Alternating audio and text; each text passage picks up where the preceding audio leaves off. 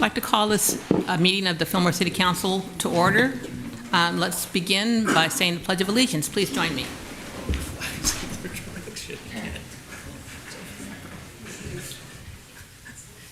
Ready, begin. I pledge allegiance to the flag of the United States of America and to the republic for which it stands, one nation, under God, indivisible, with liberty and justice for all.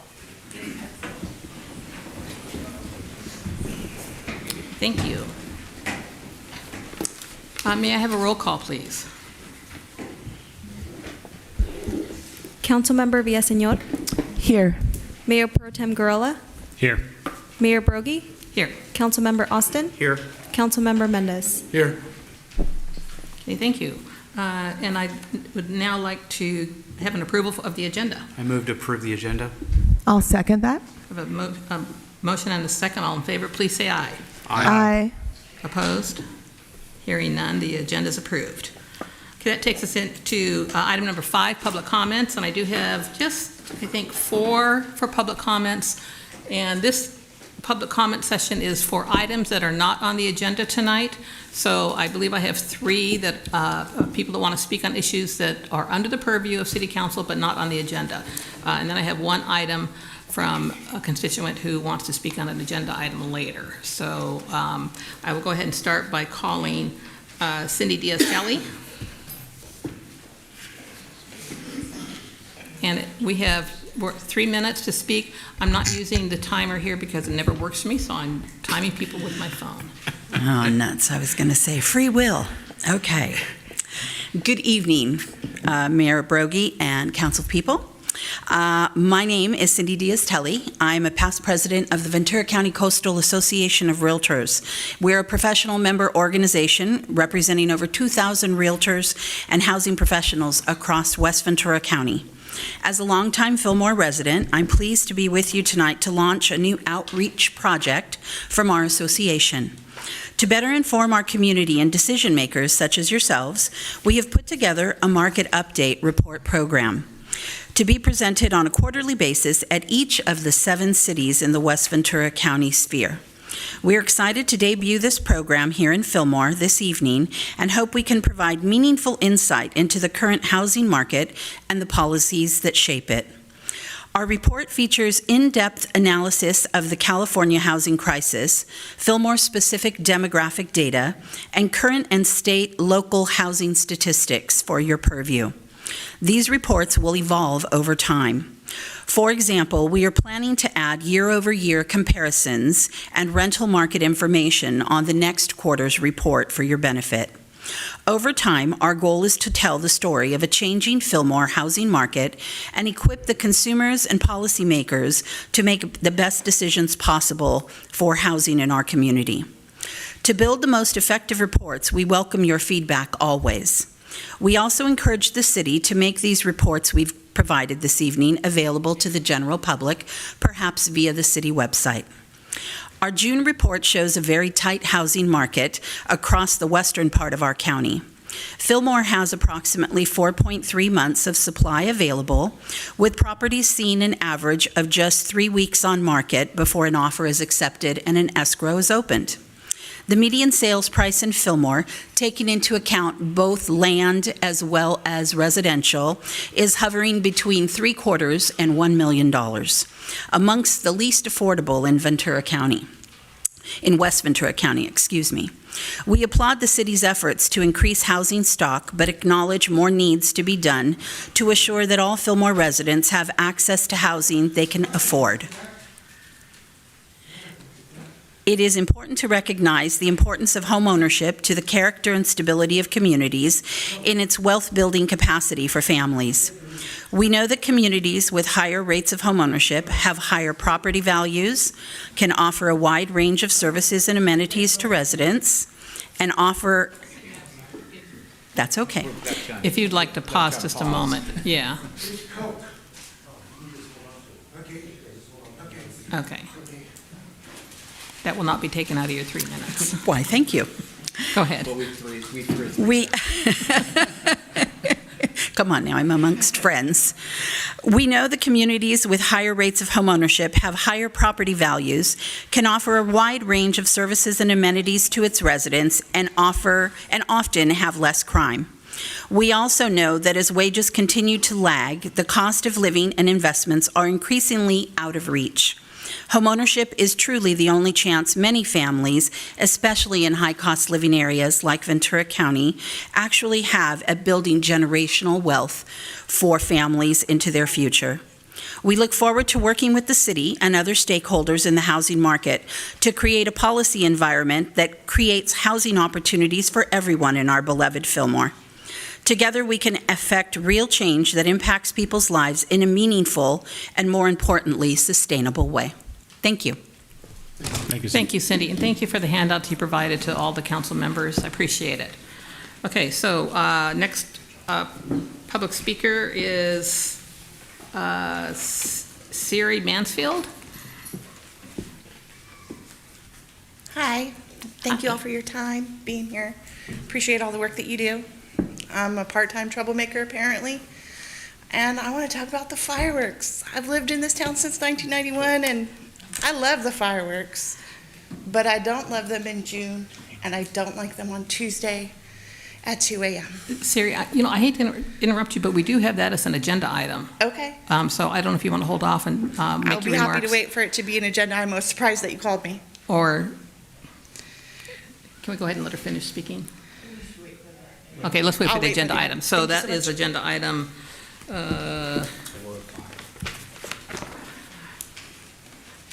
8D. Okay, so I'll call you back up on 8D, okay?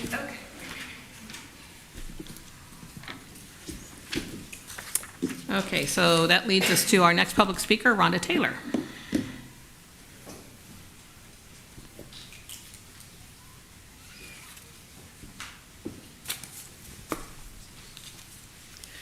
Good evening. My name is Rhonda Taylor. I live here in Fillmore. I'm a retired educator, working with families and children in my community for 40 years. I know I don't look that old, but I started when I was 11, I think.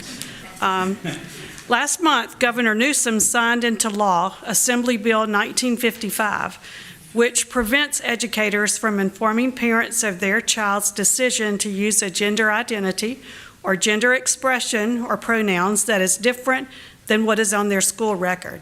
In essence, it inserts educators as barriers between parents and children, undermining a parent's ability to communicate with their children, especially about critical, long-term, life-altering issues. Parents are the primary educators of their children and shoulder the ultimate responsibility in the education of their children. A parent's rights over their children and their education is fundamental to a healthy family and thus a healthy community. Staff members working in our schools are secondary to parents. In fact, they work for all tax-paying parents and therefore answer to the parents. AB 1955 is an affront to parental rights and a violation of parental constitutional rights. No one working in education should stand in the way of informing parents of their child's gender identity or gender expression. Parents should never be kept in the dark regarding the lives of their children. An educator acting as a communication barrier between a child and a parent about a highly private and personal issue such as gender is not an act of education, but a brazen act of sabotage toward parents. It is also a deprivation to those children in need of obtaining the help, support, formation, love, and care the child should be getting from home. AB 1955 is not education and therefore has no preemptive statewide authority. In response to this new state law, Huntington Beach City Council has voted to prepare a new ordinance stating that AB 1955 is a bad law and stating that they will become a parent's right to know city. This city council also has made it clear that they also have an interest in challenging the state or joining a parent's challenge to the state on this same law. I left a copy of this ordinance for each council member with the sweet young lady to my left who will distribute that to you. Tonight, in the interest of protecting the parents and children of Fillmore, I'm asking Fillmore City Council to do the same. Propose and draft an ordinance declaring Fillmore as a parents' right to know city. Please vote to add this to the agenda for discussion and consideration at the next council meeting on September 10th, 2024. It's time for Fillmore to take a stand. Thank you so much. Thank you, Rhonda. Okay, next public speaker is Elizabeth Panigua. Is that close? Paniagua. Very close. Okay. Good evening, Mayor, staff. Elizabeth Paniagua. I am the new Public Affairs Manager here in the county for Southern California Gas Company, and I just wanted to take a moment to formally introduce myself face-to-face. I'll be sending emails to each of you with my contact. I'd be happy to answer any questions you guys might have about our services, operations here in the county. Happy to meet in person as well. That's something that you prefer, as well as our city manager and chief reaching out to you for a specific reason as well. I'm covering all of the county, so I just wanted to kind of do a face-to-face in the council. Also take the opportunity to inform the public about our discount services. We do put those in our monthly statements, but just to inform the public through this forum, we do have 20% discounts that are income-based for community members for residential, also a medical-based discount for anybody in the home that might have a condition that requires natural gas for their well-being. And if they have any, and it doesn't have to be the homeowner or the person on the bill as well. It just has to be somebody in the family. We also have free energy audits that the homeowner can request, and they can go in and kind of reduce their consumption by various means. So those are just free resources for the community to know.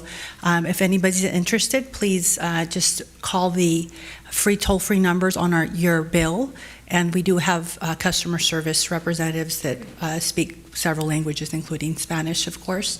So that was about it. I just wanted to formally introduce myself, so just keep an eye out for my email and reach out with any questions you might have. Thank you. Great, thank you so much. Okay, our next public speaker is Annette Sula.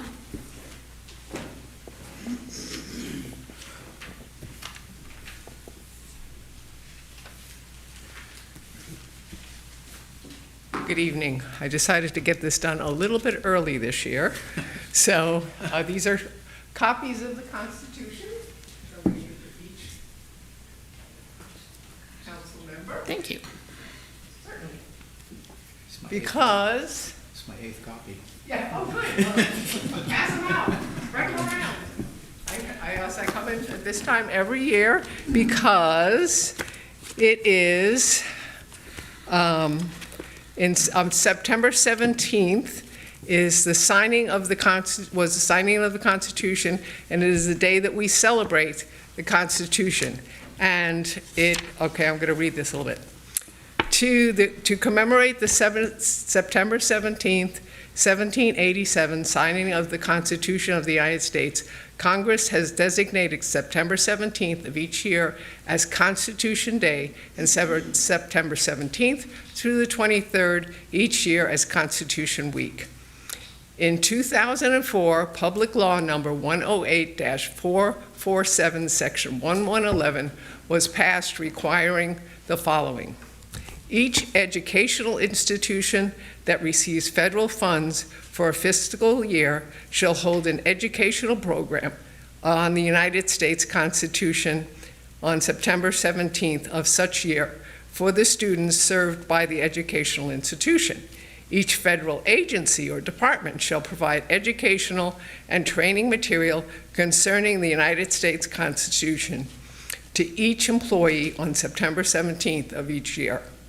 In keeping with these congressional mandates, recent presidents have solicited help from federal and local government leaders, as well as civic and religious leaders, to hold events to commemorate the occasion. We could encourage all citizens to use their influence to organize and support programs that honor the Constitution. Resources for holding such a celebration may be found at, and there's a website, www.nccs.net. Okay, and I wanted to read on the back of these little pamphlets. There was something that I haven't read before here, but it is signed by George Washington. I, as one of the people of the United States, affirm that I have read or will read our U.S. Constitution and pledge to maintain and promote its standard of liberty for myself and for my posterity, and do hereby attest that by my signature, I pledge. George Washington signed it. So, I think that a lot of times, and my shirt says, we don't need to rewrite the Constitution, we just need to reread it. This country was formed on the principle that its government serves the people, that it is the people who vote, it is the people who decide, it is the people who make. That we are the only country that has ever stood with the freedom that we stand with and with the Constitution that we have. We have to hold on to it, and the best way I know to hold on to it is to make sure that our children know about it too. So I'm asking you to please keep that in mind. I gave you a whole month this time because you have till September 17th, so maybe something you can do for next month. God bless you all, and God bless the United States. Annette, thank you very much. Appreciate it. Okay, so that's the last public speaker that I have. Was there anybody else that wanted to comment and has not submitted a card yet? Okay, seeing that there isn't any, we will move on. Moving on to, let's see, City Council reports, recommendations, and comments. So I'll turn this over to Council. Mayor, I do have a recommendation and a comment. I'd like to bring up for council discussion our next steps on dog park improvements. We've set out to accomplish the task of making the dog park ADA accessible. That was our task that we set out to accomplish, and I'm very glad that we have done that. It's back open to the public, but I believe that we need to continue to improve upon it, and there are some next steps. Not to get into too many details to talk about that, but I'd like to prioritize that we do bring it back to the agenda to talk about how to prioritize our spending around parks, consider and finalize a plan for these improvements. It takes time to get things out to bid, et cetera, with construction, landscaping, and so I'd like to bring it up that we have it for a discussion. Don't want to talk into any more details than that. So that's a recommendation. I don't know if we want to On that recommendation, are you asking that we bring up the subject of just parks overall or specifically the dog park? I'm going to say specifically the dog park. Okay. Okay. All right. Thank you. Thank you, fellow council members. And then I have one comment that I wanted to thank all of our local residents, of course, for all our residents that come out here, speak in public comment, tell us their concerns and issues. And also, I just want to, again, to continue that I've encountered several residents reaching out to me about areas of city property that need maintenance, inquiries about the new water meter system, inquiries about neighborhood street resealing, when that's going to happen, their resealing, repaving of their streets, and also some feedback on some of our city initiatives that we had around downtown improvements. Please continue to reach out to myself and to our fellow council members.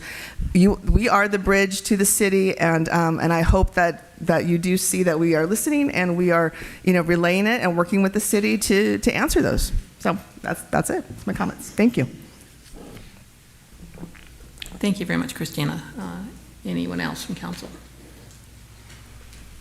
I would like to see, I think we had addressed in the past the Constitution Week, but maybe even also through just some coordination with the school district to partner on something in the month of September. So I don't know if we could potentially look into that activity, and we have time to discuss it at the next council meeting in August as well, if needed. Something interactive with students here at a council meeting, or what do you have in mind? Well, we could discuss that more, I guess, but just something where we're emphasizing the importance of the Constitution at the city level, and then also in partnership with the school district. Okay. I'm supportive of a discussion. I am too. I mean, I want to have the discussion because I don't understand what he's trying to say. I mean, I do understand what he's trying to say. I just don't know how we're going to do it. Yeah, and that would be up for discussion for sure. Okay, anything else on this end? Hear your name? Nay. I'll wait. Okay. All right, then that concludes our city council reports and recommendations and comments. We'll move on to the consent calendar. Do I have a motion to approve the consent calendar? I move to approve the consent calendar. I have a motion and a second. All in favor, please say aye. Aye. Opposed? Hearing none, consent calendar is approved. So now we're jumping down to item 8, our new business. And the first new business matter is consideration of ordinance number 24974 to amend and update Fillmore Muni Code Section 1436-30030, which sets forth regulations for storage or long-term parking of vehicles on public roadways and parking lots. And we'll turn this over to our police chief. Thank you, Mayor. Good evening, council members, staff, and community members. So currently, the Vehicle Code Section 22651K gives law enforcement the authority to tow vehicles when they're parked on a public street for a period longer than 72 consecutive hours. After that, as long as the vehicle code allows that, as long as we have a city ordinance that coincides with that vehicle code, which we do. But in looking at our city ordinance and communication with the city attorney's office, we found that our ordinance is a bit confusing when it comes to what we do as far as prior to towing the vehicle. It talks about giving citation for the first offense and then a citation for every offense thereafter before you tow. It talks about a warning as well, which is kind of confusing. So it's not required by the vehicle code section. So this amendment would kind of clean that language up and make it a little bit easier to read and avoid any confusion that there might be, with the towing of vehicles. The city ordinance mirrors that of the city of Camarillo's ordinance, which is pretty cut and dry. The vehicle is tagged. If it's still parked there after a 72-hour period, the vehicle gets towed. The recommendation is that the City Council approve the first reading to introduce ordinance number 24974, amending Fillmore Municipal Code 14.36.030 regarding storage or long-term parking of vehicles. And I can answer any questions that you guys may have. Okay, questions of council? So Lalo, Yes. it was kind of like the cars were sitting there 72 hours and the police was coming along again and then have to cite the car before they could tow it? Yeah, so Okay, the way it currently reads, it was giving basically, them we would be out there for the same vehicle, the same offense, really multiple times, because there's no indication as to how many times it would require us to Right, that's- cite it before we can so tow it could be it. there for a month. Yeah, so it'll clean up that, and it'll prevent us from wasting, time and staff time and money to be going out there routinely on the same vehicle. Mayor, I do have a question. Thank you, Chief. Just to clarify then, for someone who may have their vehicle there for that 72-hour or longer period, updating this with the new ordinance, does that, would it eliminate any kind of actual written warning? Or will there be something physical for them to see on their car before Yes, that tow? so currently what we do is if we get they're complaint based. So if we get a complaint of a vehicle that fits this Sure. violation, our staff will go out there. They will tag the vehicle. It's a little green tag, which I have here. And essentially it just documents the date and time that the officer went out there. They also will chalk the tire or leave some kind of indication on the floor so that we can tell whether the car got moved. So in essence, that is your warning. They put it on the vehicle. We go back out there after 72 hours, and if the vehicle's still there, then the new ordinance would allow us to tow it without having to cite it, and then come back another 3 days and cite it, and so on and so forth. Okay, Yeah. clear. Thank you. Understood. I think it's a great idea, but there were instances where sometimes the owner was on vacation. So if they're on vacation, is there something to go back? So one of the things we do when we go out there is because we want to be real careful that we're not just towing people's cars, right? Because it is an inconvenience. It costs money for our citizens. So what we do is we go out there, we run the vehicle registration and figure out who it's registered to. Most of the time, it's registered to somebody that lives either where the car's parked or maybe across the street. And we do make attempts at notifying the homeowner, hey, your vehicle's out here, there's somebody complaining, you may want to move it. Because I think the intent of the vehicle code was not to utilize that, and prevent neighbors from having disputes and calling the cops on each other for vehicles that are parked out there for a certain amount of time. That's not what the vehicle code was intended to. So we do make attempts at notifying homeowners that their vehicle can be towed if they don't move it. Thank you. I mean, I can see where, to Albert's point, that would be an issue. I mean, we just went on a 2-week vacation and our cars were in the driveway, but I can see where that would happen. I mean, do you come across that very frequently? So we use our best judgment. I mean, if we run a plate of a vehicle that's been parked out in front of a house, and people give different times, right? Hey, the car's been parked there for a week or 2 weeks. We go out there, and if the vehicle's parked in front of somebody's residence that we know lives there, then my direction to my staff is use your judgment. We don't necessarily need to tow it. Let's contact the homeowners or, because a lot of the times, unfortunately, it is conflicts between neighbors that don't like, right, other neighbors parking in front of their house. So we keep that in mind, and we don't want to inconvenience people for sure. Most of the time, the cars get moved once we tag it. They see it out there and they'll move it, right? And again, the vehicle code does not provide a certain distance that the vehicle needs to be moved, although the new ordinance, I believe, is 0.2 of a mile. It's a distance at least, as opposed to just kind of being vague. Okay. Anybody else? Questions?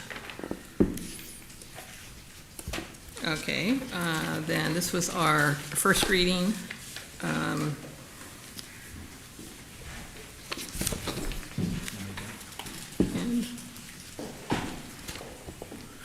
Okay, I move to approve ordinance number 24974, an ordinance of the City Council of the City of Fillmore, California, amending the regulations for abandoned vehicles set forth in section 14.36030 of the Fillmore Municipal Code. Second. Okay, motion and a second. All in favor, please say aye. Aye. Opposed? Hearing none, this matter passes. Okay, takes us to item 8B. This is an authorization to purchase 3 Public Works and Facilities Department maintenance vehicles. Hello, good evening. Thank you, Georgie. Good evening, Mayor, Council, and residents of Fillmore. I have a pretty quick and short item today.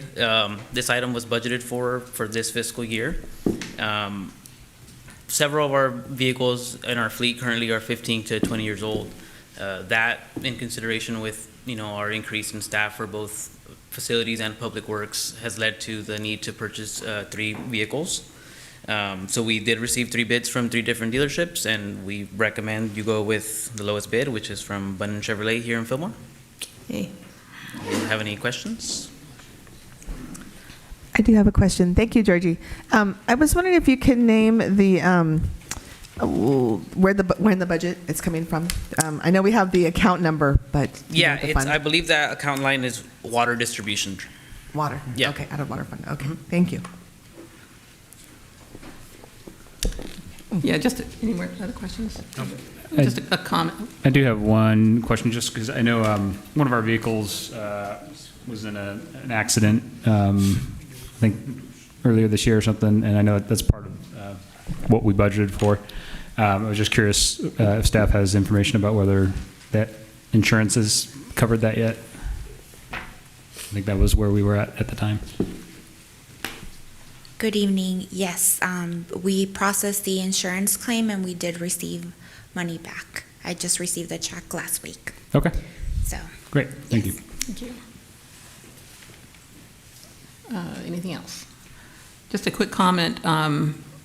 I've been working with the city a number of years, enough to know that, 10 years ago, we wouldn't have been able to just go out and buy 3 new vehicles. So I think this is a testament to, the improvement on the financial status that the city has been working diligently on for the last, I say, 10 years. And here we are, able to do this. So thank you.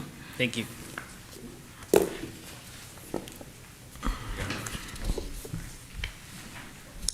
Okay, we are now moving on to item number 8C. I'll make a motion. Okay. I'll move that. I shouldn't comment last because I do that every time. I was like, what? Okay, Mayor, I'll move that the City Council direct staff to order the purchase of 3 trucks from Budham Chevrolet in Fillmore and authorize the city manager to execute the agreement and any other documents necessary to carry out the purchase. And do we have a second? I'll second the motion. Thank you. I have a motion and a second. All in favor, please say aye. Aye. Aye. Any nays? Hearing none, this agenda item passes. Okay, now we're moving on to 8C, which is the pool, having to do with our swimming pool here in Fillmore, and I'll turn it over to staff. Good evening, Mayor and council members. Today, I bring forward an item to purchase some aquatic center controllers and a global management system for the pool.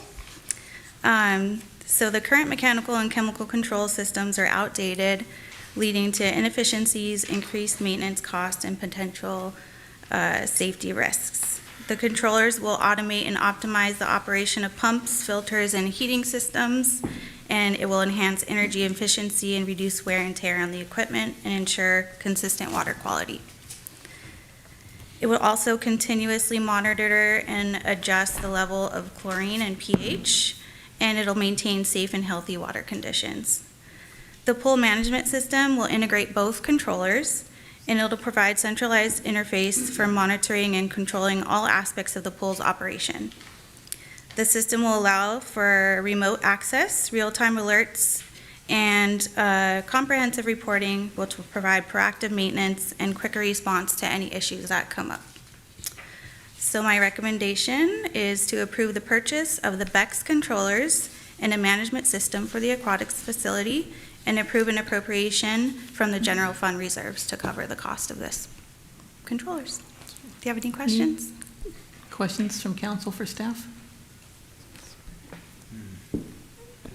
Do we have maybe an estimate of like how much time this saves our public works staff to not have to do it manually? Well, we will have remote access, and it will be collecting data all the time, in real time, which we don't have anything like that right now for the aquatic center.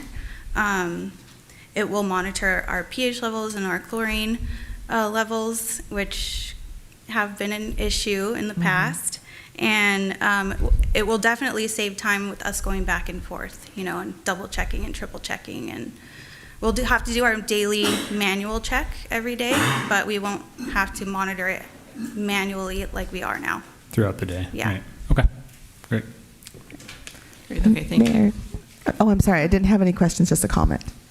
Sure. Okay, and that was, I just wanted to remind fellow council members in the community that just recently, the city of Fillmore and Fillmore Unified School District made a big investment in our pool to resurface our pool. Quite a big investment, and so I think this is really good to make sure that we are protecting our investment by this equipment. So I just want to make that comment. We also have new pool covers coming, so. And the pool covers, that's another tool. Thank you. Thank you. Okay, so with that, do I have a motion to approve?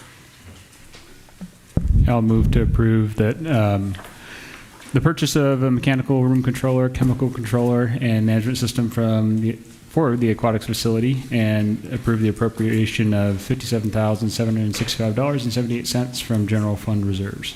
I second. I have a motion and a second. All in favor, please say aye. Aye. Aye. Opposed? Hearing none, this agenda item passes. So moving on now to item 8D, and we do have, I believe now, 3 speaker requests for this agenda item. So let's go ahead and have our presentation. Does staff want to present, or should we speak first?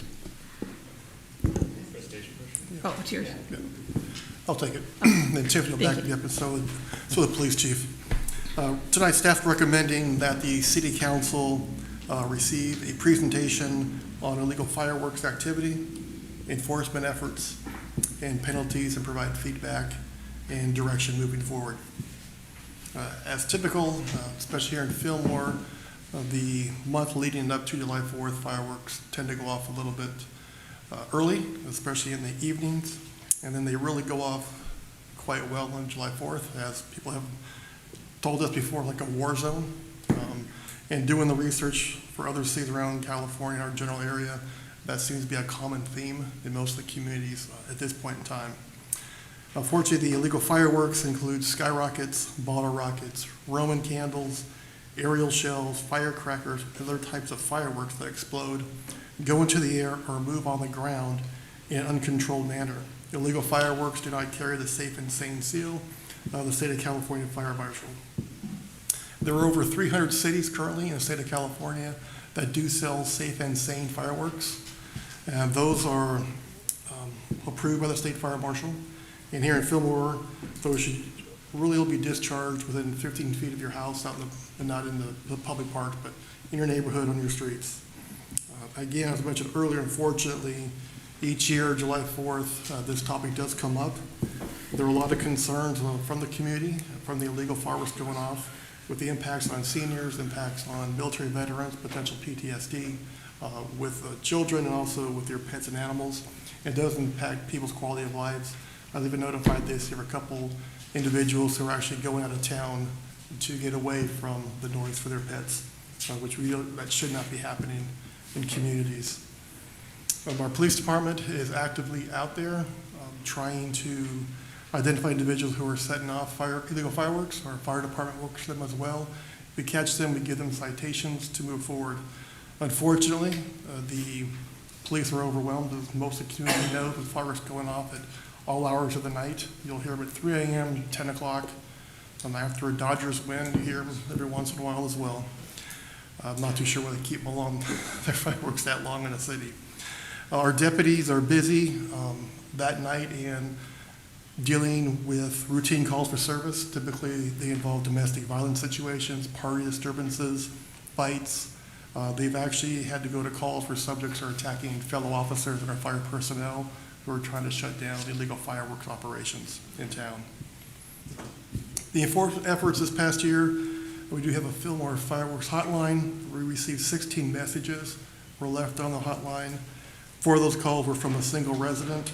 9 of those calls, the call to provide an address or general area or the intersection for them to go to. All calls were forwarded to patrol resources for follow-up as appropriate.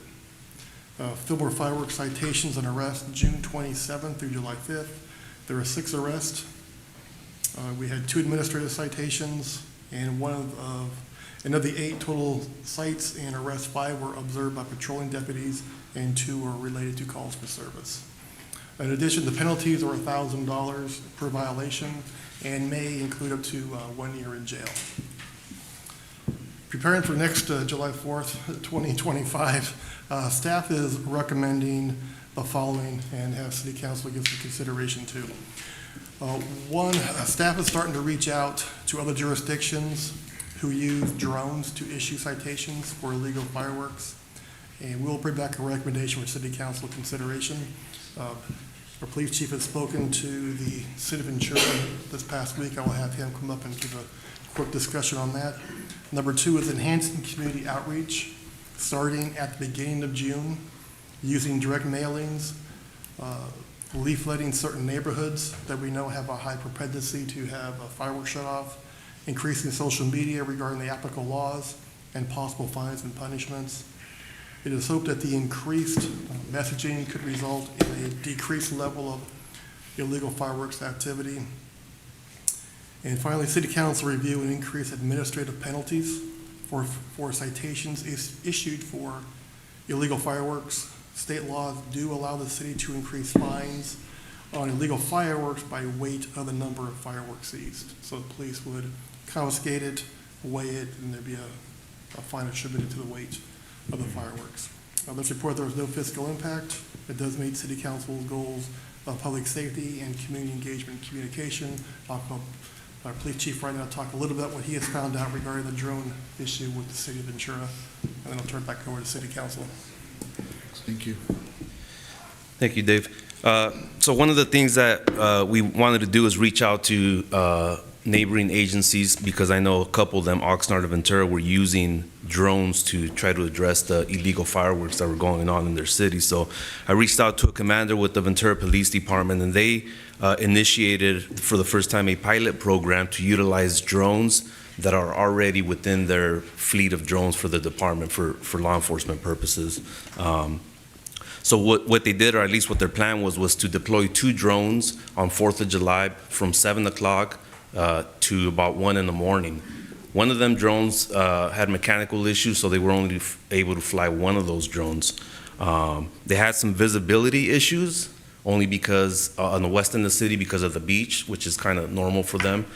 So they focused their efforts more away from the coastline and towards the east end of Ventura. They did try to target what they identified based on previous years' hotspots, if you will, to focus their efforts in those general areas. So they flew the drone, and they identified quite a few hotspots and got video and still photographs of the fireworks. But at the end of the day, they still have not done it, but the commander said that they're looking to issue between 9 and 10 citations through the city. And they don't quite know what the implications, if any, with the city attorney's office are going to be once they do start issuing those citations. But they have a similar ordinance like us where we can issue a citation for the homeowner of the residence and not necessarily have to identify the person lighting the firework. So that is what they intend to do, just based on the video that they were doing, is give the citation to the owner of the residence responsible for the fireworks. So they don't know if they're going to do that again next year. But it's all going to depend on what the outcome is on those citations, and again, the legal issues, if any, that may come up with the city attorney's office as far as trying to collect on them fines using those those resources. So I reached out to our drone unit, and our captain is open to using our current drones for such operations. All we got to do is request it in advance, and they're more than happy to do it. Again, the final outcome of citations, if we do issue with that, we'll have to consult with the city attorney's office and kind of figure out what other jurisdictions are doing and some of the legal issues that they may be running into. But we're open to that, and I'll talk more with Dave if that's something we want to do next year on 4th of July. Okay, I appreciate that. Anything else from you, Dave? Then I think we're going to go ahead and hear from our constituents. As I said, we have 3 public comments, and we'll start with David Johnson.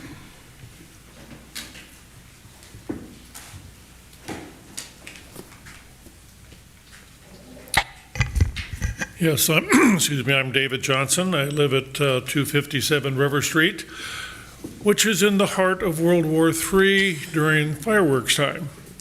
And I appreciate what the city manager had to say. I think he's done his homework, and it sounds like this issue has moved down the road further than I was aware. But a couple thoughts that I haven't heard mentioned. When we spoke with the police regarding this issue, we were confronted with the fact that simply do not have the manpower and they do not have the funding in order to properly cover the areas. We have a dual-edged sword. On one side, we have nonprofits who survive from selling fireworks, and we have a lot of them. I spent 30 years in the Rotary. I know what it is to raise money, and I know what it is to do civic duty. And so I'm inclined to say, okay, maybe we should involve them in dealing with the problem that's being created. It's not their fireworks, but their fireworks bring the other fireworks. If there weren't any fireworks, I don't think we'd have people setting off mortars, bombs that are loud enough that they light up my bedroom, they shake the windows, they scare the bejesus out of my poor dog. And this is on both sides of me. Cherrywood Drive seems to be the central area, which you probably have as a hotspot. They set them off in the parking lot of our school. Riverview School. You can see them going up over the roofs of the houses behind me. So I appreciate the City Council giving this matter serious thought.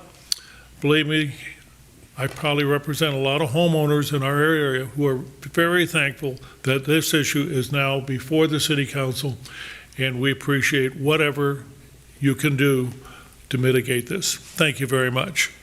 Thank you. Thank you. Okay, next we have Siri Mansfield.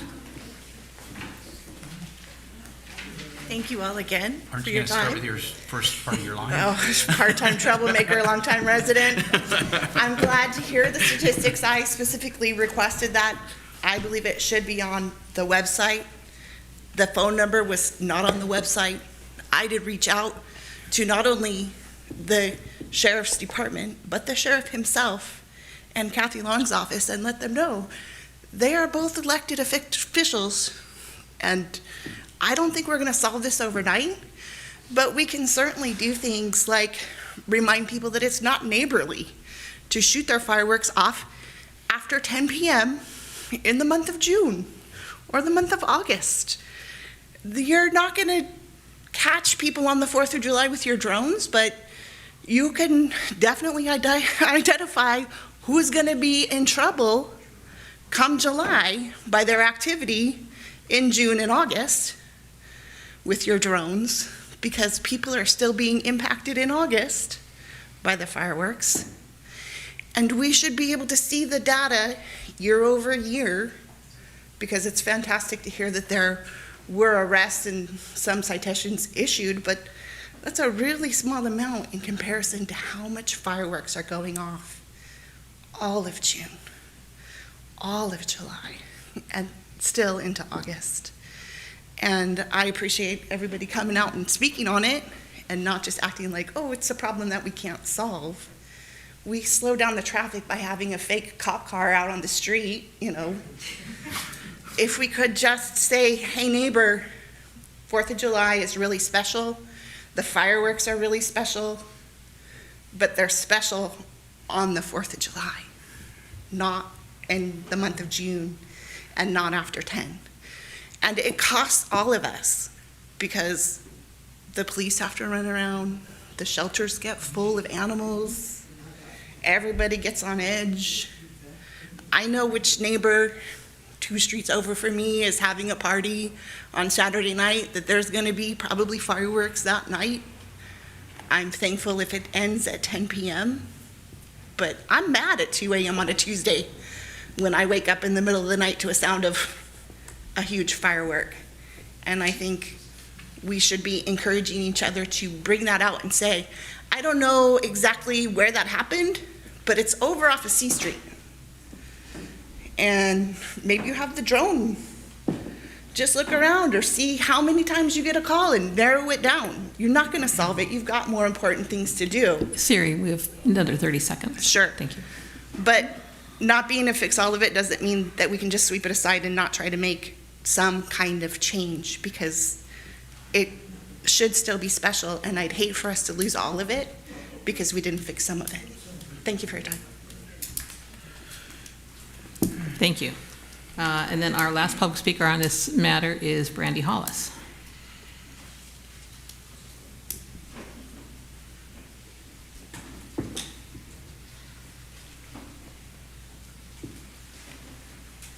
Good evening, City Council, Fire Chief, Police Chief. I will have the opposite opinion of most people here. I've been here for 15 years. I know it can be loud, it can be noisy. I can tell you in June, and I don't have any more fireworks than I have going off in March. It's just a neighborhood thing. And it seems to be everywhere. I have family in Ventura. It's just as bad there as it is here. And I just want us to keep in mind that... I apologize. No problem. Turn it off. No, just kidding. Fix it. We have 20-something nonprofits that are affected by fireworks sales. In a community where you can't get volunteers to coach, let alone write checks out of their own pocketbook, it all sounds like money to me. And I think to bring it up continuously over and over again, that is taking money away from our youth. It's taking away money from our museum. It's taking away money from all the activities that these nonprofits depend solely on. Do you know how many nonprofits are relying purely on fireworks sales to keep afloat? And every time it comes up for discussion, these nonprofits are freaking out. They're preparing for the day you guys, stop letting them sell fireworks. And it's scary to them because a lot of community members don't have it in them to step up and fundraise for these nonprofits. And we'll lose a lot of them. I hate to tell you guys that. We're a tiny town. We cannot financially support them. There is a few of them in town that have some financial backing, but as somebody who's very involved in this sort of thing, it's a shame. And every time I read a complaint or a comment, I just want to say, you are crushing somebody's legacy. There's people not left to carry on these traditions anymore. So I invite anybody that doesn't like the fireworks to come on out, support your local community organization, write those checks, because it takes a lot to keep these things afloat. And it's sad. It's sad. It's expensive, and you guys know what's going on, and it's getting more and more expensive. So, and it's not just for the kids. I mean, it's for everybody and everything that stands for Fillmore. Thank you. Thank you, Brandy. Okay, so we've heard from our public speakers. Let's turn it over to council right now. You have any questions for staff on this? A comment? I had a question for Chief or for Dave. Do we know what the administrative fines are for other cities?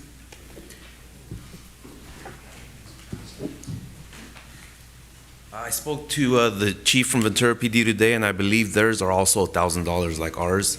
And then they have a second section, and I don't know the details. I didn't get them from them, but I think they have one section that's like $132. But I don't know what the details of that specific ordinance entails. Since you're there, Lalo, how many extra patrols do we put on during firework? I mean, is it one patrol set? We did.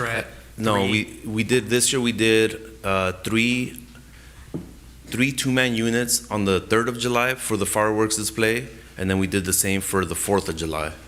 Okay. We tried to do around 3 two-man units. Do you guys keep the historical records of what, because we only passed this ordinance probably 2017? Right. 2018, around then. Mm-hmm. Do we keep the records of how much we've been getting through the years of citations? I have some of that data if you'd like it, yeah. Yeah, I just like a quick. He gave it to us today. He did? An email. What? So I pulled the data for the last. I didn't check my emails today. Sorry.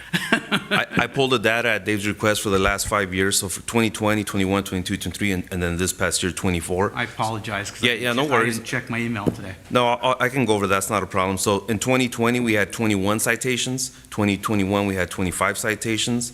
22, we had 26. Last year, we had 12, and this year, we had 8. And that includes both health and safety code arrests or citations and City of Fillmore ordinance violations too. And just to I pulled some other numbers just to kind of put things in perspective because, I don't want people to think that we're not doing our job as far as enforcing.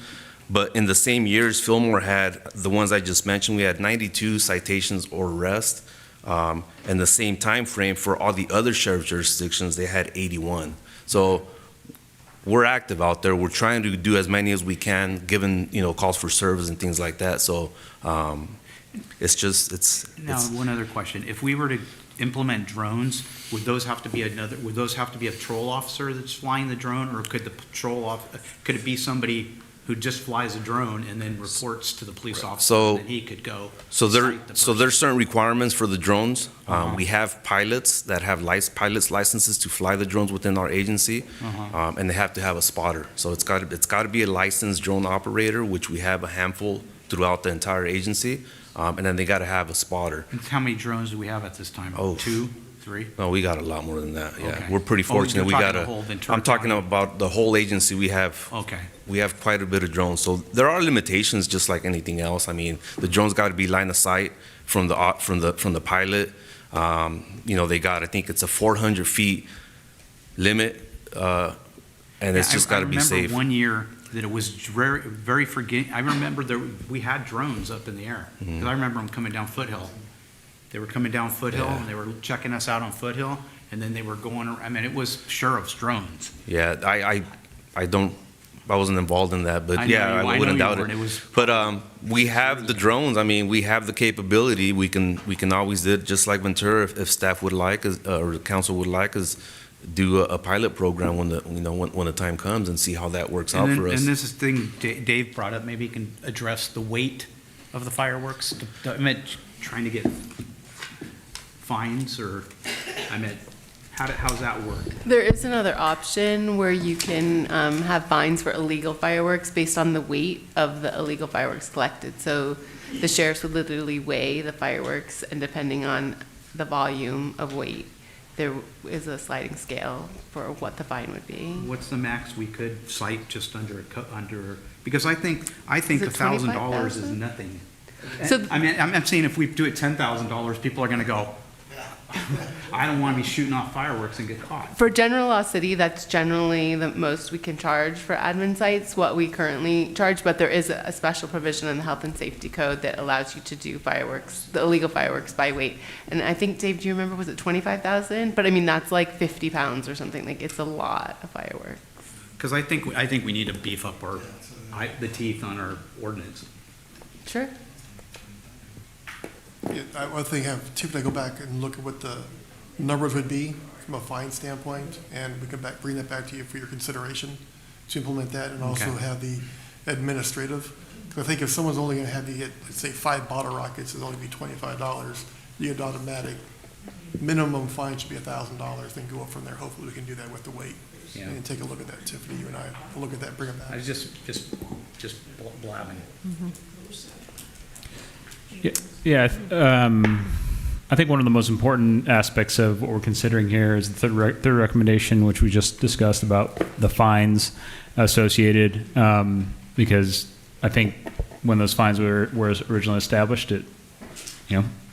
that seemed like a good amount to penalize someone. And I don't think, like Councilmember Austin stated, that that's currently enough to deter people from acquiring and lighting off illegal fireworks. I do also think that the better way able to enforce the law that currently exists, just to enforce and cite people appropriately. If the fines are increased, we have a little bit more ability to increase enforcement over time as well. That's kind of the intent of the fines in the first place, is to fund enforcement. And then also, if the illegal fireworks start decreasing, hopefully then the safe and sane sales have a little bit more backing for support. I actually spoke to several booths over this last 4th of July with people coming and asking, if they had M80s or, all the things that are obviously not sold at those fireworks booths. So people don't understand, because of the current state of their ability to get illegal fireworks wherever they're from. So I think all 3 recommendations are good. I would like to see maybe just a consideration as we continue to research the use of drones, maybe a time period at which those could be implemented for firework enforcement, just to avoid the potential pitfall of having police drones constantly in the air. I don't think a lot of people would appreciate that over time if it actually works. So, but I do think it is important to be able to pinpoint. And I think what Chief Malagone mentioned about the line of sight, the ability to have a drone operator on the ground is important as well, because if you're operating completely remote, then that opens up another can of worms for just privacy. So, Christina? Chief, I have another question. Go ahead. I'm sorry, Christina's gone next. All right, thank you, Mayor. I'm in agreement with my fellow council members and the recommendations that are being put forth by staff. I was wondering, though, Chief, if on number 2, the enhancing community outreach, getting the word out, direct mailings, do you know if that particular intervention has been used in other cities? Do we have any data, and we see any difference that more information about maybe the increased fines and things that are changing in the city, if it had an effect? I don't have any data and to be able to tell you whether or not that has decreased Sure. illegal firework activity. I can tell you that on our end, and even from the city, we do share a lot of information, reference illegal fireworks possessions, and the fines that are associated with it. And we started it pretty early on this year. So, I mean, that's always something we're going to do regardless, Sure. but maybe increase it a little bit. And I know, you didn't have the number, but we'll get the word out a lot more if we can somehow. Okay, great, thank you. Chief, I had a question. In addition to the drones, do you know, I've seen at special events the little cart that has the camera up top. Has that been considered as well, that we could place in strategic locations? Are you talking just the camera? Yeah, I think just the camera. We have those cameras, but not. I don't think we've ever discussed just using those specifically for that. I think you're pretty limited with that, because if they're kind of hard to move around. But if you put it at a certain intersection, you're limited to whatever that camera is going to capture. I was thinking more like the parking lot, like the gentleman said, that people do go out there and line them off at the basketball courts. Yeah, that's certainly something we can do. And again, that's one of the spots where if we know ahead of time, or at least if they call, our dispatch center when that stuff is happening, we can put a stop to it. At least hopefully for that night, or prevent people from going back again.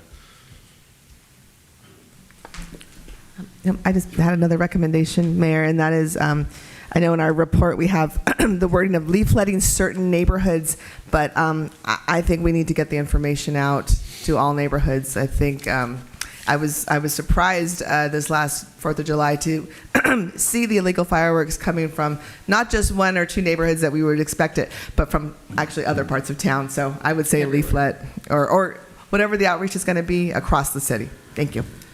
Right. And then I just wanted to add, too, that it's going to be really important for us to kind of calm the waters a little bit with the outrage that people have over fireworks when they're not understanding the difference between the two. We've talked about that a little bit. But even beyond Fillmore, I mean, Fillmore gets, bombarded with complaints because they have issues in Ventura or Oxnard or wherever with their illegal fireworks, and they're blaming Fillmore because we sell them here. And I don't think there's a correlation at all. They have their own issues with the illegal fireworks. None of these other cities sell fireworks, the legal ones. So I'm not buying that correlation. I don't think one has anything to do with the other. But I really, truly would like to somehow get some kind of a campaign started where, we drive home that point that there's a huge difference between the nonprofit, legal, safe and sane fireworks versus the illegal ones. And it's important because, again, we're going to get pressure, not just from the local community, but from the county overall about shutting down all of these nonprofits. And, as a Rotarian myself, I spent many hours in the fireworks booth selling fireworks, and we do get people walking up saying, hey, can I buy an M80 in here? No. So people don't know the difference, but we need to really educate the community on that. So I'm open to suggestions on how we incorporate that. But okay, so with that said, where are we on this? Any other comments, questions for staff? How about a motion? Staff need any further direction? We're good? We're good. Just receive and file. Okay, so this is just a receive and file matter. We don't need to take this to a vote of the council right now. So, but I appreciate those of you who are listening and have engaged on this topic, and please continue to do so. We're open to your ideas and suggestions because, it's important. It's really important. All right. So moving on to item number 8F, designation of voting delegate and 2 alternates for the League of California Cities Annual Conference, which is coming up. I nominate Carrie.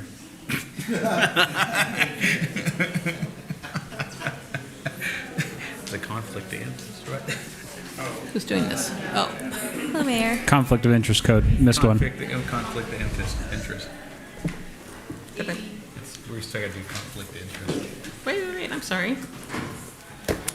Agenda item 8E, conflict of interest code. Okay, we're going to back up and do 8E. That is also mine. Good evening, Council, Mayor, and Fillmore residents. This is also a receive and file action item. So this is in regards to the conflict of interest code notification. Staff requests Council to receive and file this report requesting staff to review whether amendments to the city's conflict of interest code are needed to ensure that the city's code remains current and accurate. The Political Reform Act Government Code Section 81,000 requires every local government to review its conflict of interest code biannually. A conflict of interest code tells public officials, governmental employees, and consultants what financial interests they must disclose on their financial economic interest forms. Interests. This is also known as the Form 700. To ensure the city's code remains current and accurate, the city is required to review the city's code at least every even-numbered years, and this was last approved in October of 2022. So I'm here today so that you can go ahead and receive this and file so we can start looking over that code and make any amendments if needed. Thank you. Any questions for staff? Okay. We will receive and file. Thank you. Thank you. A motion to receive and file? Yeah. We haven't passed. Okay, do I have a motion? Okay. Second. I have a motion and a second. All in favor to receive and file? Aye. Opposed? Hearing none, we receive and file this report. Thank you. Thank you. All right. So my next item here is the designation of the voting delegate and 2 alternates for the League of California Cities Annual Conference, which is coming up soon. The city council members serve as official representatives of the city to various intergovernmental agencies, including the League of California Cities. The Cal Cities allows each member, including the city, to vote at Cal Cities annual business meeting. At this meeting, the Cal Cities membership considers and takes actions on resolutions and establishes policy for the Cal Cities. However, in order to vote in an annual business meeting, the city council must designate a voting delegate and appoint 2 alternatives, or 2 alternate delegates, and one who may vote in an event that the designated delegate is unable to serve in that capacity. And this business meeting is scheduled for October 16th to the 18th at the Long Beach Convention Center.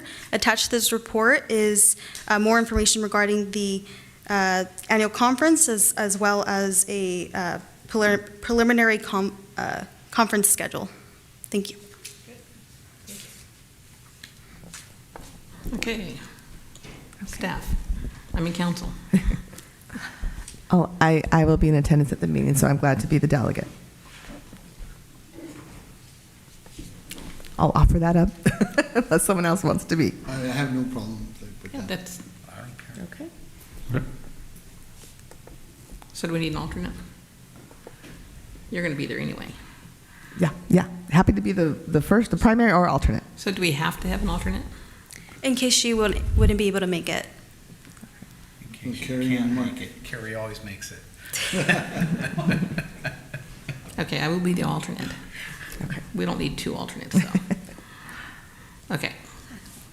So, do I have a motion? A motion.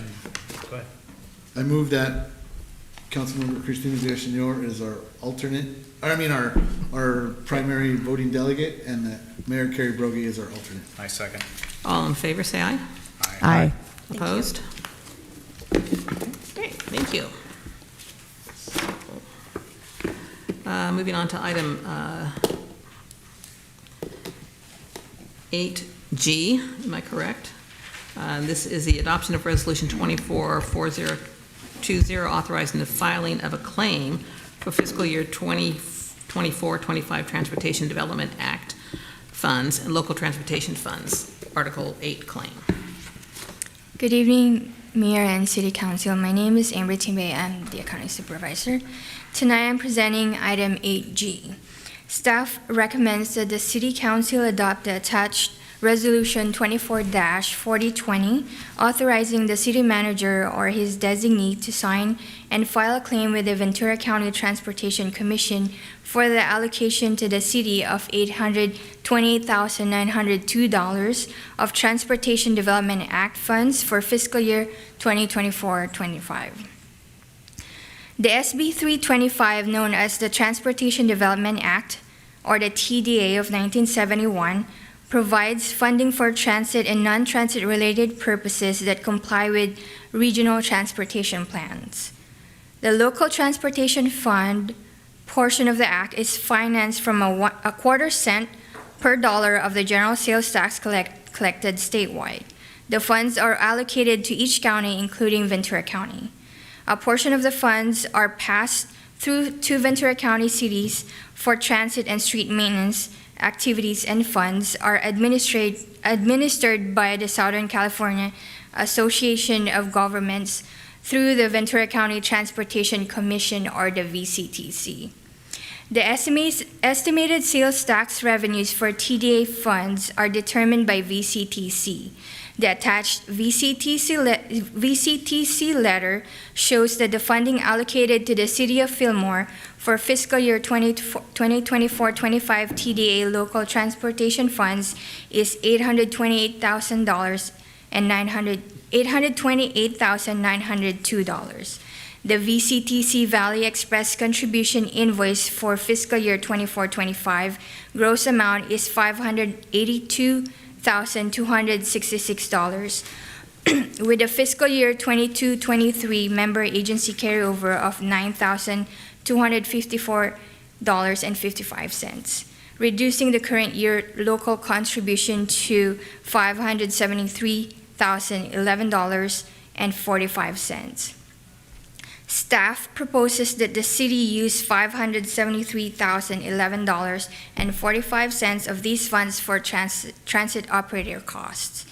If all of the city's transit needs are met, TDA rules allow the remaining LTF allocation of $255,890.55 to be used for street and road projects.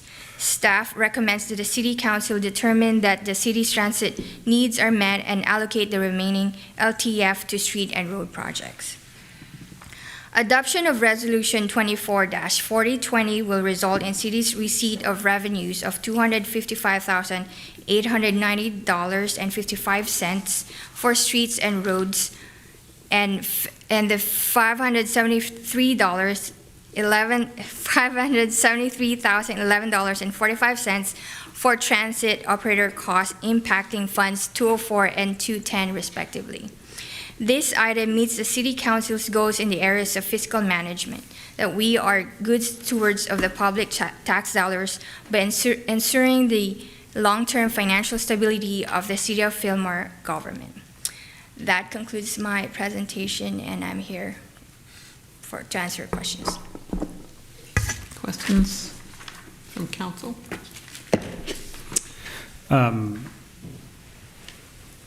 Not too long ago, we also approved appropriation of funds for street improvements, I believe. I'm just trying to remember the difference maybe in the types of funds, and I'm just trying to maybe help educate myself a little better what those funds were called. And just so I do remember there's two sources, this TDA funds being one, and then I believe there's another source. And if you could maybe reiterate, I'm trying to go back through my notes from previous meetings, but wasn't sure if that was available right now. That's going to be from the gas tax. Okay, got it. Thank you. Any other questions, comments? I do have a question. Thank you, Ambry. And that is, just want to I understand that we're asking this to basically, we owe our contribution to VCTC for the Valley Express, and that's where we're using a big chunk of these funds to pay for our operation. Right. The new line going over to Moore Park, am I right that that's sort of a special project, pilot project? I'm not sure, and it's okay if you're not aware of it. I just wanted to ask that that's not part of this. I am not certain Sure, about okay. about the Okay. funding of that, but Okay. we'll get back to you on Right. that Okay. question. And I guess another follow-up question, excuse me, is that I think that funding, that big chunk of funding that goes to VCTC for our transit operator, this is a regular deal that we do. We get the TDA funds Correct. and we use it to pay Correct. our operating costs, and then after that, we're looking to see what we can do in terms of allocation to our streets and roads. Correct. Right. So this is the usual. Okay. Yes. Thank you. Just to clarify. Okay. Maybe as a follow-up, I was under the impression that this did cover the new Moore Park route. At least it was in the attachment, I thought. I don't know if maybe that was just an example, but I thought that it was included. Deborah's going to clarify. For this year, yes, about approximately 25,000 will be covered. I'm sorry, can you go to the microphone?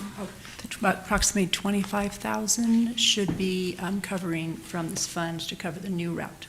Okay, great. Right. Thank you. Thank you. Thank you. Does that clarify that? Anything else? Questions, comments? I move to approve resolution 20. You going to say something? Well, I was, but Okay, well, you can go. no, I just wanted to point out for those of you who aren't aware, we just kind of discussed it briefly, but we launched, I guess 2 weeks ago now, a new route for the very first time going from Fillmore to Moore Park. I think there's 5 different departure times from Fillmore going into Moore Park, and it's allowing us, I mean, it's great for college-age kids who are going to want to go to Moore Park. They can get over the hill, and then it also connects with all the trains, whether it be Metrolink or Amtrak, right there in the Moore Park station. So this is huge, I think, for Fillmore and for Fillmore youth to be able to expand their horizons a little bit and get out of Fillmore and not have to go to Santa Paula. And there's nothing going east, so this is an alternative, and I think it's going to be a huge bonus for our community. So, but throw that in there, and that's thanks to the work that VCTC did on this. So, okay, now I'll entertain a motion. I'll move to approve resolution 244020. Second. I have a motion and a second. All in favor, please say aye. Aye. Opposed? Hearing none. This agenda item passes. Thank you. Okay, so now we're going back to the agenda.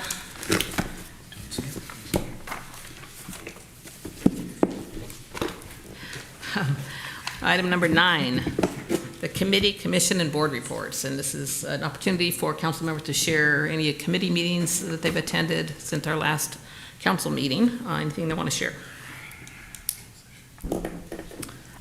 I do, Mayor. Thank Okay, you. thank And you. it's actually part one of an update. I just want to let the community know that on July 25th, I attended Southern California Edison community meeting. I am the council member who sits for Fillmore. I represent the government advisory panel, and so myself and other elected officials from around Ventura County, and actually all of Southern California, made it out to the main Southern California Edison offices down in Rosemead, and had a really good, great presentation. I'm still collecting some data, and I had some questions, follow-up questions on the presentation, so I'll say more at our next council meeting. But really interesting information, and just a tidbit, if you all haven't heard, I think probably most people have, of course, the Olympics is coming to LA in 2028. But at this meeting, they were kind of talking a little bit more detail about Edison's role and different cities' role in making sure that a lot of these Olympic events, most of them are going to be car-free. So that's really very interesting.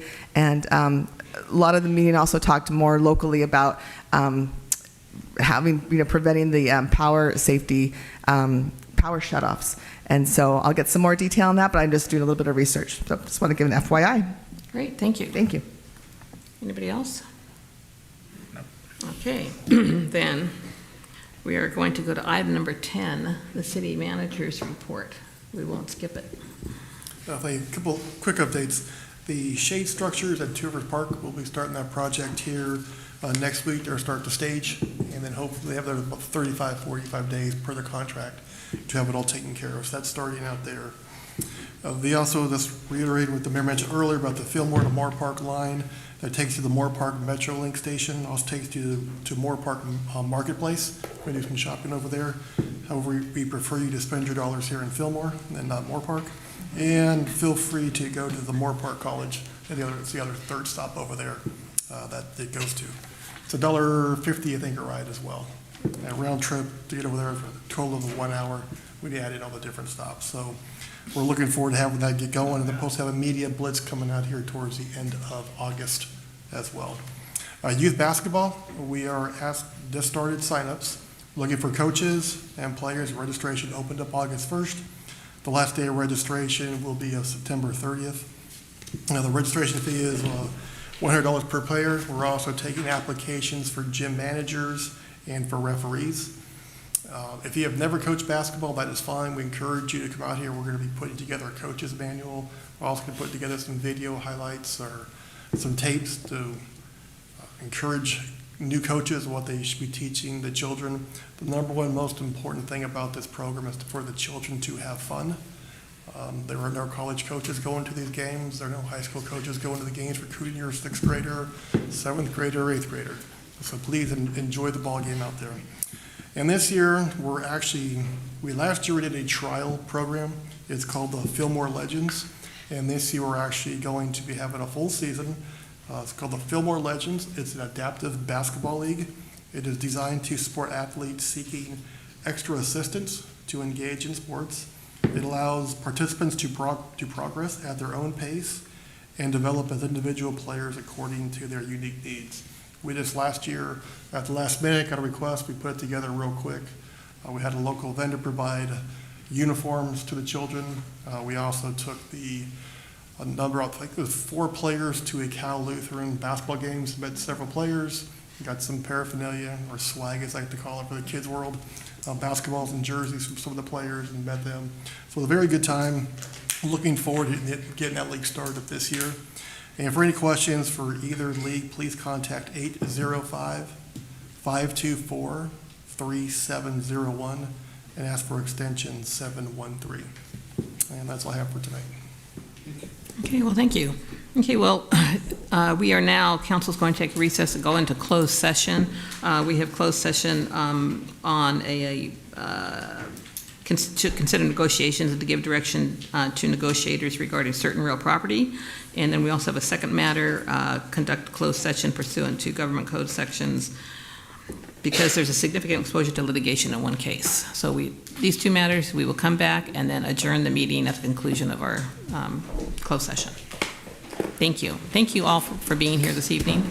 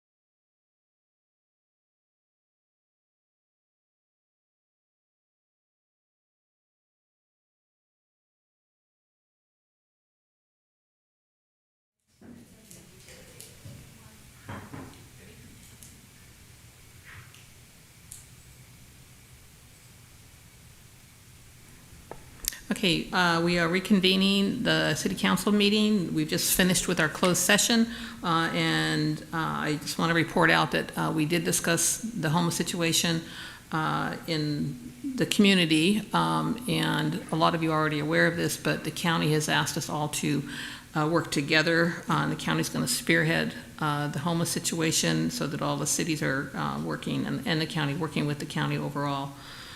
So we're all on the same page. And there are meetings going on a regular basis now at the county level. Our city manager is participating in that, and he will be reporting out on a regular basis during his reporting period at the end of our council meetings to update the community as we progress further. And then the other item with regard to the homeless was a discussion about, it's in the works, about putting up the cameras along the Burlington Street area through the green space, and we're trying to determine which are the best cameras to use. So that is about what our discussion consisted of. The other matter, I have nothing to report out on the litigation matter, so that will be pending. Thank you.